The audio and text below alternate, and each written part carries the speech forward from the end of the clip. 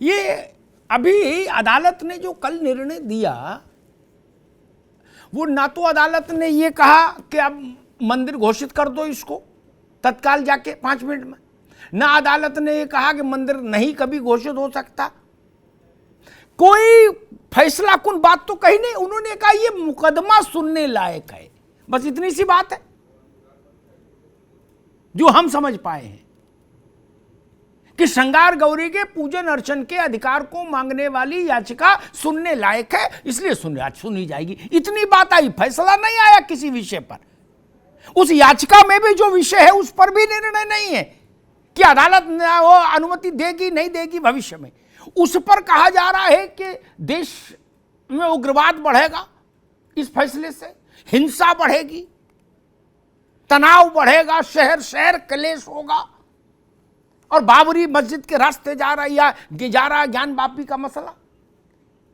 इसके पीछे क्या डिजाइन है गोविंद जी?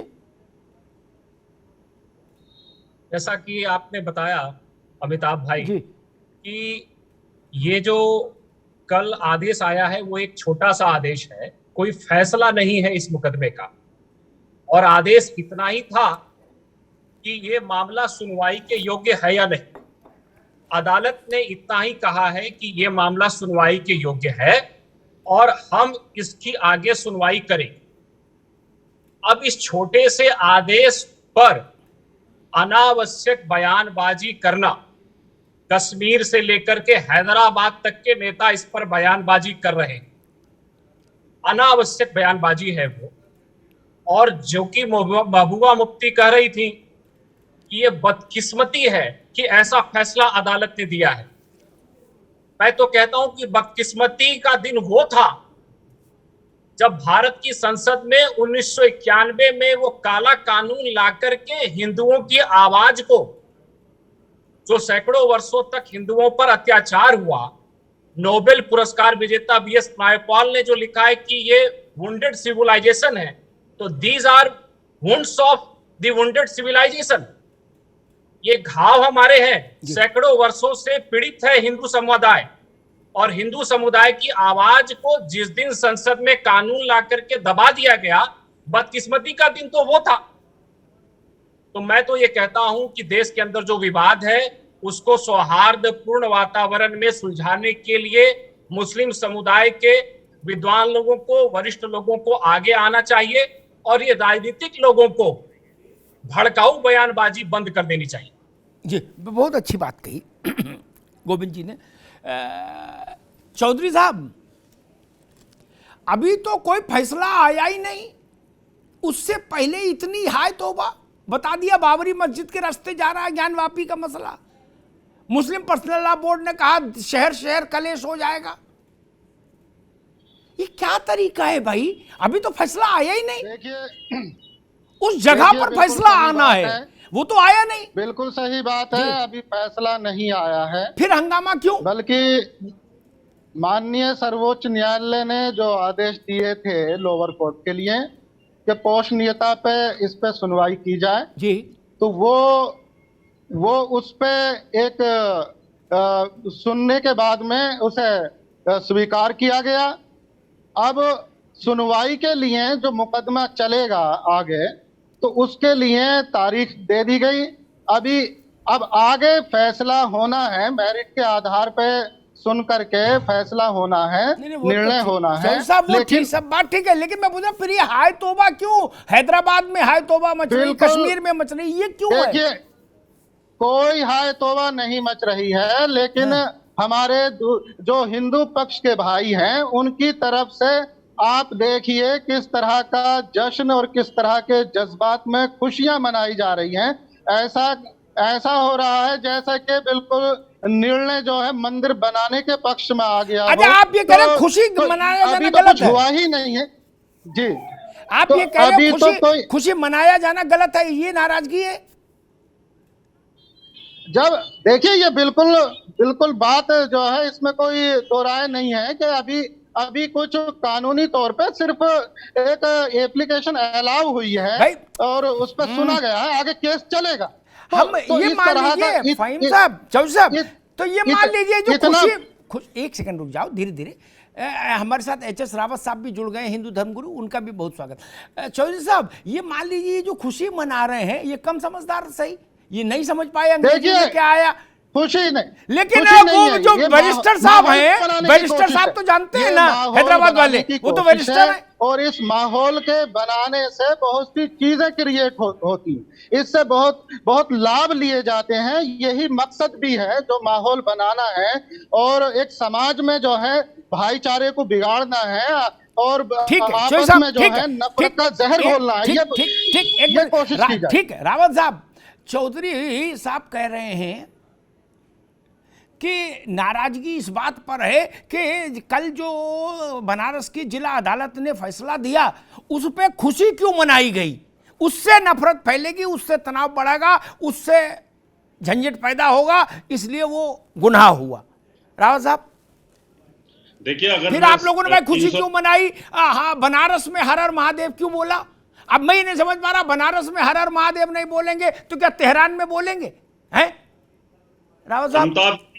अमिताभ जी, 353 साल पहले अगर मैं जाऊं तो उस समय जब इस मंदिर को तोड़ा गया होगा तो उस समय भी औरंगजेब ने मदरा पी होगी और खुशी मनाई होगी, और उसके आसपास जो चापलूस किस्म के लोग बैठे होंगे उन्होंने भी बड़ी खुशी मनाई होगी। चौधरी साहब, ऐसा नहीं है कि जितने भी मंदिर तोड़े जाते होंगे उस समय क्या उनके दरबार में खुशी नहीं मनाई जाती होगी?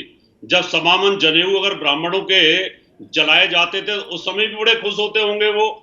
ऐसा नहीं है, दमन तो हुआ है हिंदुओं का, उन्होंने सहा है इस तकलीफ को, और अगर 350 वर्ष के बाद में अगर कोर्ट इस बात को सुन लेती है कि हाँ भाई आपके साथ अन्याय हुआ है और पूजा का अधिकार आपको मिलेगा, और ये सुनवाई करने लायक है कि जो एक ज्ञान वापी मस्जिद है इसमें हिंदुओं के चिन्ह हैं, ये जो बजू खाना बना रखा था, ये जो घोर अन्याय और पाप किया गया था वहां पर भी चिन्ह है, ये हिंदुओं की धरोहर है।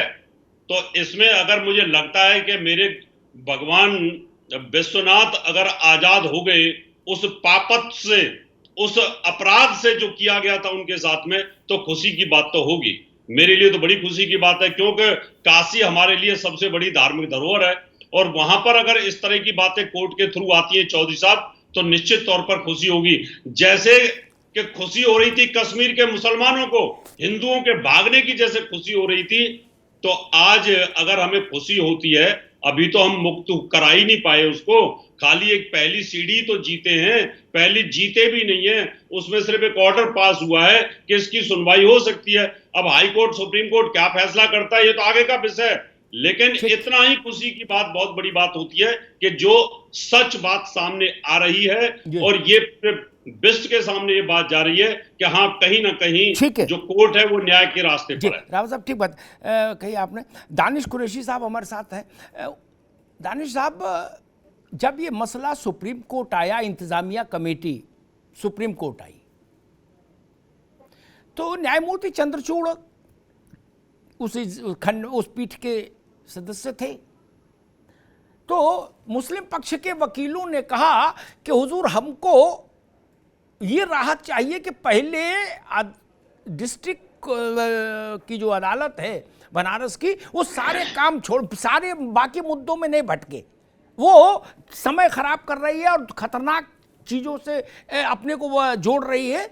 उनका तर्क ये था कि पहले ये तय करे अदालत कि भाई जो ये याचना लाई गई है, जो मांग पत्र लाया गया है अदालत के सामने, ये सुनने लायक है कि नहीं, इसकी पोषणीयता, मेंटेनेबिलिटी।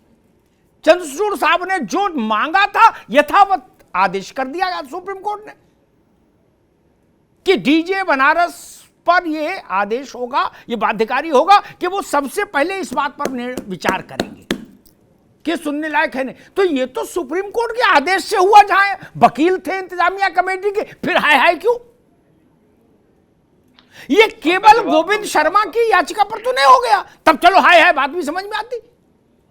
आप गए इंतजामिया कमेटी, सुप्रीम कोर्ट गई, सुप्रीम कोर्ट में इंतजामिया कमेटी के वकीलों ने जो चाहा वो सुप्रीम कोर्ट ने ग्रांट किया, और उसी का अनुपालन लोअर कोर्ट ने किया। कुरैशी साहब, फिर हाय हाय क्यों? देखिए, देखिए, अब मैं जवाब देता जी। हूँ। और अमिताभ साहब, मैं थोड़ा सा एक गुजारिश करता जी। हूँ कि बाकी लोग जब बोलते हैं तो मैं सुनता हूँ, और उम्मीद करता हूँ कि मैं बोलूंगा तो मेरी बात जी इत्मीनान जी से खत्म बिल्कुल कर ली जाए, बिल्कुल बाकी बिल्कुल। फिर जिसको काउंटर देता जी हूँ। बिल्कुल बिल्कुल। देखिए, सबसे जी पहली बात तो आपने शुरुआत में जो कही थी कि कोर्ट के जो ऑर्डर है उसके मुखालिफ करना अच्छी बात नहीं है, मैं उस पर आऊंगा। लेकिन पहले भारतीय जनता पार्टी के नेता जो यहाँ बैठे हैं वो ये कह रहे थे कि भड़काऊ भाषण।